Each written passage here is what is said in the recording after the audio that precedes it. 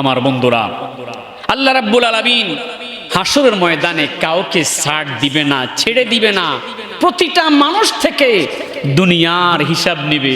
মরার পরে আপনি যত আল্লাহ আল্লাহ আল্লাহ আল্লাহ আল্লাহ আল্লাহ আল্লাহ বলেন, একটা আল্লাহ বলার সওয়াব আপনি পাবেন না। কিন্তু দুনিয়াতে আপনি একবার সুবহানাল্লাহ বলেছেন, সাথে সাথে জমিন থেকে আকাশ পর্যন্ত সওয়াব দিয়ে আল্লাহ আপনার আমলনামার মধ্যে ভরপুর করে দিবে। তাহলে মরার পরে যতই আল্লাহ বলেন, যতই সুবহানাল্লাহ বলেন, আলহামদুলিল্লাহ বলেন, আমলের দরজা কি বন্ধ। কিন্তু আল্লাহ রাব্বুল আলামিন আপনার জন্য মৃত্যুর পরেও তিনটা আমলের দরজা খোলা রাখবে। আপনি যদি ওয়ালাদুন সলিহুন, নেককার সন্তান রেখে যান, যেই সন্তানগুলো আল্লাহ রাসূলের পথে চলবে, মানুষের সাথে ভালো আচরণ করবে, সব ভালো কাজ করে যাবে, এমনও কিছু নেককার সন্তান আছে যারা নিজের সমস্ত সম্পদ উজাড় করে দিয়ে মসজিদের জন্য দান করে, মাদ্রাসার জন্য দান করে, প্রতিবেশী কোনো মানুষ কষ্টে আছে কিনা খবর নিয়ে তাকে দান করে। সুবহানাল্লাহ কর না, আর একটু জোরে কর না সুবহানাল্লাহ। আমার বন্ধুরা, মানুষের স্বার্থে, সৃষ্টির স্বার্থে, মানুষের উপকারের জন্য যারা কাজ করে যায়, বলে হুজুর আপনি কি দেন না? বাবা, যতটুকু পারি সম্ভব যতটুকু অবশ্যই দিতে হবে। শুধু আপনাদের প্রতি হুকুম, আমার প্রতি হুকুম নয়, অবশ্যই সবার জন্য হুকুম। জোরে সোরে কর না সুবহানাল্লাহ। আল্লাহ রাব্বুল আলামিন প্রতিটা মানুষকে দুনিয়ার হিসাব দিবে। সর্বপ্রথম আল্লাহ রাব্বুল আলামিন ইন্নাল আউয়ালা ইউকদা আলাইহি ইয়াউমাল কিয়ামা, কিয়ামতের ময়দানে যাকে আল্লাহ পাক ডাক দিবে তিনি আর কেউ নয়, তিনি হলো রাজুলুন উস্তাশহিদা, যারা আল্লাহর রাস্তায় মৃত্যু বরণ করে শহীদের মর্যাদা পেয়েছে। গভীর মনোযোগ। ডালওয়া শুধু শহীদের ওয়াজ করলে চলবে না, শহীদের কিছু সংজ্ঞা আছে। কারণ কোরআন হাদিসের বাহিরে কোনো মন গড়া কথা বলা যাবে না, চিন্তা করা যাবে না, আল্লাহর কাছে জবাব দিতে হবে। কথা বলেন ঠিক না বে ঠিক? এখন যদি বলেন একজন হিন্দু আন্দোলন করতে গিয়ে মারা গেছে, সে কি শহীদের মর্যাদা পাবে? সে প্রশ্নই আসে না, তার তো পাত্রের নিচেই ছিদ্র, ঈমান নাই। কথা বলেন ঠিক না বে ঠিক? আমার বন্ধুরা, আল্লাহ রাব্বুল আলামিন সর্বপ্রথম ডাক দিবে রাজুলুন উস্তাশহিদা, মুসলিম শরীফের হাদিস। এ ফেরেশতারা, সমস্ত শহীদদেরকে আমি আল্লাহর সামনে ডাক দাও। উহুদের ময়দানে যারা শহীদ হয়েছে, বদরের প্রান্তরে যারা শহীদ হয়েছে, তাবুকের যুদ্ধে যারা মৃত্যুবরণ করেছে, কারবালার প্রান্তরে যারা মৃত্যুবরণ করেছে, 2024 সালে আন্দোলনে অনেক মানুষ মৃত্যুবরণ করেছে, শহীদের উপাধি পেয়েছে, সকলকে আল্লাহ রাব্বুল আলামিন ডাক দিবে ফেরেশতার মাধ্যমে। আমার আল্লাহ পাক রাব্বুল আলামিন একে একে একে একে শহীদদেরকে প্রশ্ন করবে, এ শহীদ বলো বলো বলো। ফাকালা পা উতিয়া, আল্লাহ পাক হাজির করবে, হাজির করে করে ওই শহীদকে আমার আল্লাহ পাক রাব্বুল আলামিন প্রশ্ন করবে, শহীদরে আমি আল্লাহ রাব্বুল আলামিন তোমাকে একটা প্রশ্ন করব। আল্লাহ কি প্রশ্ন? আমার বাবারা, শুধু একটা খুতবা অনুসরণ করলে চলবে না, বিভিন্ন খুতবাগুলো অনুসরণ করলে কিছু নতুন নতুন কোরআন ও হাদিসের আলোচনা পাওয়া যায়। সুবহানাল্লাহ কর না।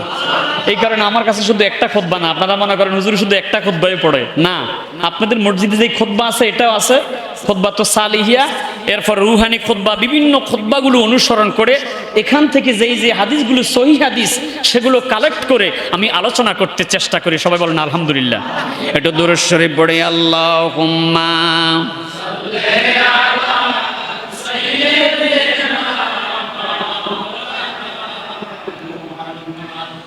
وعلى آل سيدنا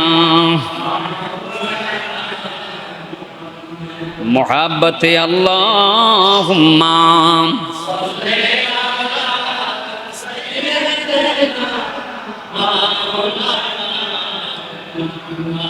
وعلى آله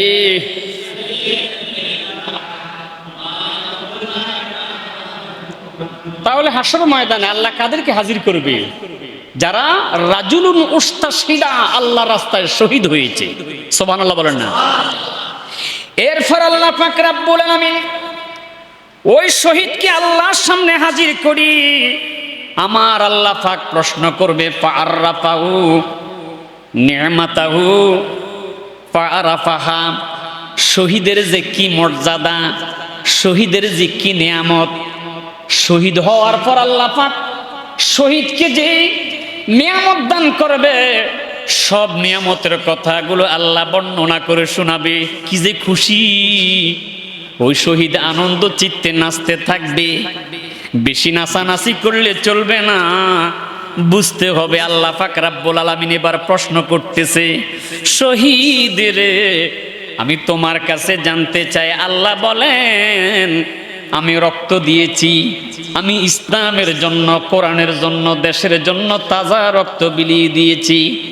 আল্লাহ রাব্বুল আলামিন এবার প্রশ্ন করবে, ফাকালা ফামা আমিলতা, বলো বলো বলো শহীদ রে তুমি যে শহীদ হয়েছ, ফাকালা ফামা আমিলতা ফিহা, তোমার কাছে জানতে চাই তুমি কি আমার সন্তুষ্টির জন্য শহীদ হয়েছ?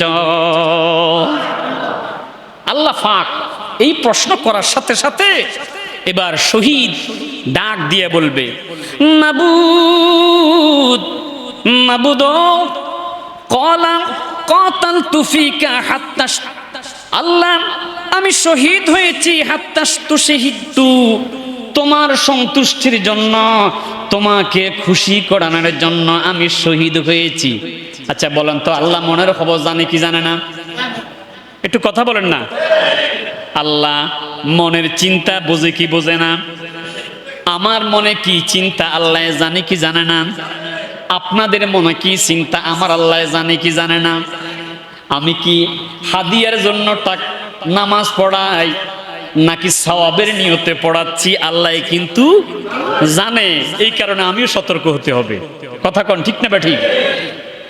আমার বন্ধুরা, আল্লাহ রাব্বুল আলামিন এই কথা যখন শহীদকে প্রশ্ন করবে, শহীদ তুমি যে শহীদ হয়েছ কি জন্য? কয় আল্লাহ তোমার সন্তুষ্টির জন্য শহীদ হয়েছি।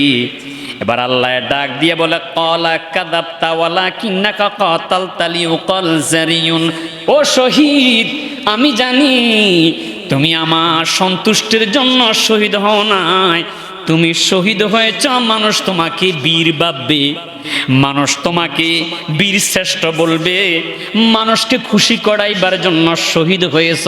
জোরে জোরে কন্যা নাউজুবিল্লাহ। এ কথা বলার সাথে সাথে আল্লাহ ডাক দিবে, ও ফেরেশতা এ তো মিথ্যা কথা বলেছে, এ আসলে কোরআনের জন্য শহীদ হয় নাই, হাদিসের জন্য শহীদ হয় নাই, ইসলামের জন্য শহীদ হয় নাই, সে দেশের জন্য শহীদ হয় নাই, তার উদ্দেশ্য ছিল মানুষ আমাকে বীর বাহাদুর বলবে। অতএব কারণে তাকে পাকড়াও করো, তাকে জাহান্নামের আগুনের মধ্যে নিক্ষেপ করে ফেলে দাও। জোরে জোরে কন্যা নাউজুবিল্লাহ। আরেকটু জোরে জোরে কন্যা নাউজুবিল্লাহ। তাহলে সব কিছু কার জন্য হবে? আল্লাহর জন্য। কাউকে উৎসাহিত করা যাবে না যে এই কাজ করলে শহীদ হয়ে যাবে, এইভাবে মৃত্যুবরণ করলে শহীদ হয়ে যাবে, মানুষকে কাটলেই তুমি শহীদ হয়ে যাবে না। বাবার আমার, ইসলাম শান্তির ধর্ম। আমার রাসূলের উপর ইহুদিরা আঘাত করেছে, জিবরাইল এসে ডাক দিয়ে বলেছে, ইয়া রাসূলুল্লাহ আমি আপনাকে তাইফের ময়দানে আঘাত করার কারণে আমি জমিনটাকে উল্টিয়ে দেই।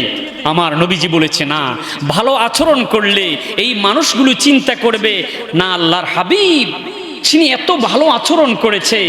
এই শান্তির ধর্ম যখন ভালো আচরণ দেখবে ইহুদি নাসারারা, তখন মানুষগুলো দলে দলে ইসলামের মধ্যে শামিল হয়ে যাবে। জোরে কন্যা সুবহানাল্লাহ। আর একটু জোরে কন্যা সুবহানাল্লাহ। আমি তো চিন্তা করতেছি দেশের মধ্যে মুসলমানে কাটাকাটি, এটা না জানি কোনো ইহুদিদের চক্রান্ত। কথা কোন ঠিক না ঠিক? এটা কোনো বিধর্মীদের চক্রান্ত হতে পারে, কারণ মুসলমান কোনো মুসলমানকে মারতে পারে না, কোনো মুসলমান মুসলমানকে আঘাত করতে পারে না।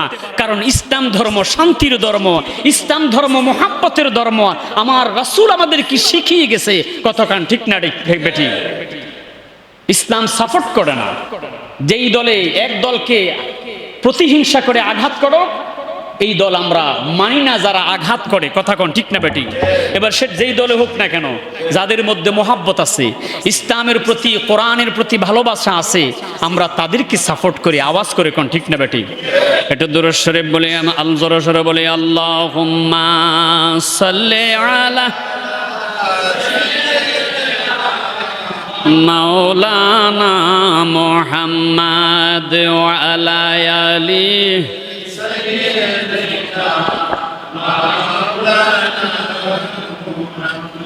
যেমন আল্লাহ রাসূল একদিন সমস্ত সাহাবাদেরকে ডাক দিলেন, সব সাহাবায়ে কেরাম নবীজির সামনে হাজির হলেন।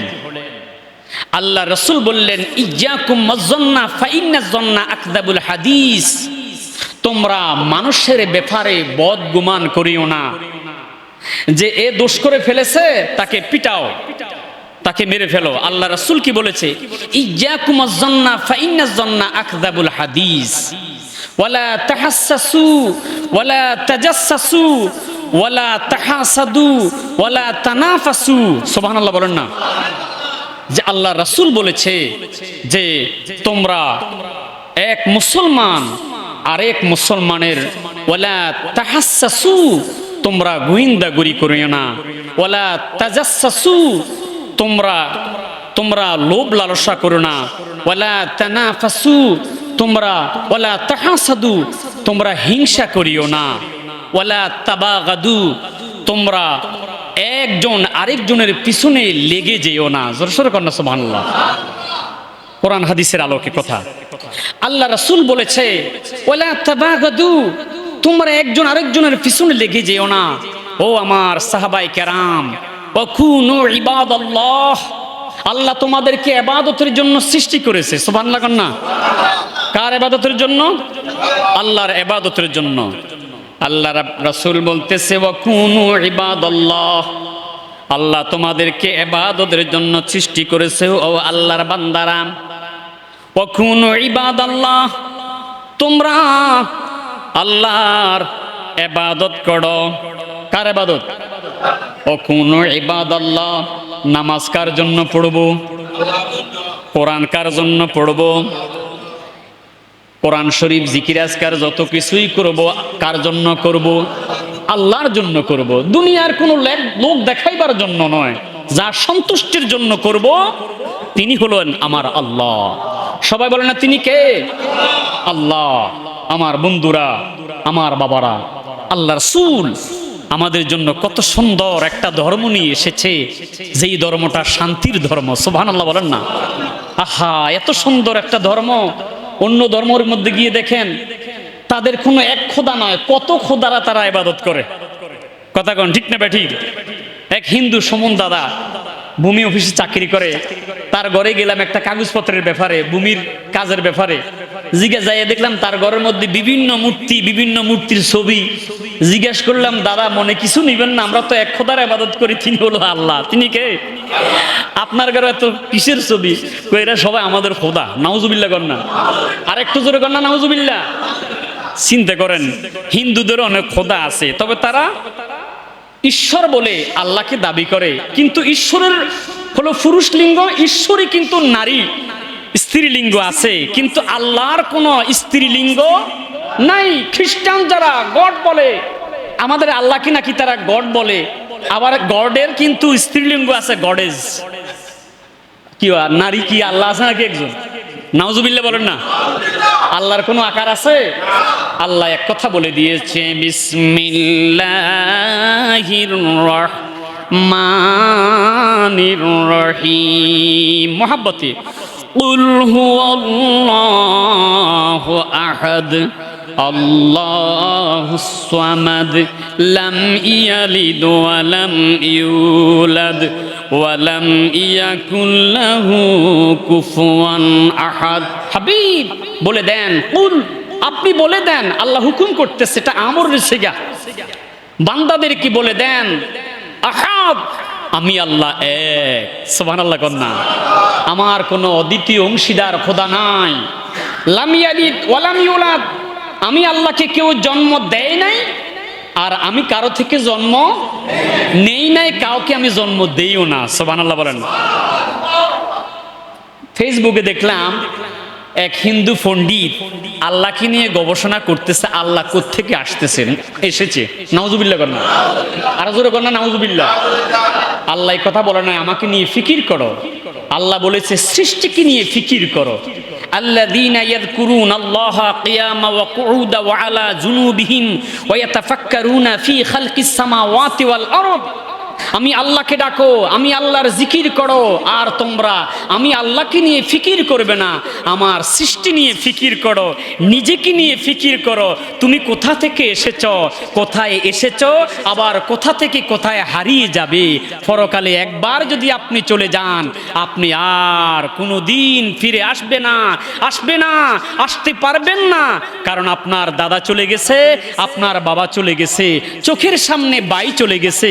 গতকালকেও খবর এসেছে, আমার এলাকার একজন ইয়াংস্টার যুবক আলী প্রবাসী হঠাৎ করে হার্ট ব্লক হয়ে মৃত্যুবরণ করেছে। তাওবার সুযোগ নাই, ইবাদতের সুযোগ নাই। কখন যে আল্লাহ ডাক দেয়, আর আল্লাহ ডাক দিলে এই ডাকে সাড়া দিতে হবে, কেউ থাকতে পারবে না। একটা পশম আল্লাহর হুকুম ছাড়া লড়ার কোনো ক্ষমতা নাই। আল্লাহ যখন ডাক দিবে তখন পরপারে চলে যেতে হবে। আওয়াজ করে বলেন ঠিক না বেঠিক? এ কারণে আল্লাহ রাসূল বলেছে ইয়াকুমাজ জান্নাহ ফা ইন্না জান্না আকযাবুল হাদিস, তোমরা বেশি দিন বাঁচবে না। ও আমার উম্মতেরা, এক মুসলমান আরেক মুসলমানের বদগুমান কইরো না। ওয়ালা তাহাসসাসু, গোয়েন্দাগিরি কইরো না। ওয়ালা তাজাসসাসু, একজন আরেকজনের পিছনে লেগে যেও না। ওয়ালা তানাফাসু, তোমরা কারো শত্রুতামি করবে না। ওয়ালা তাহাসাদু, কাউকে হিংসা কইরো না।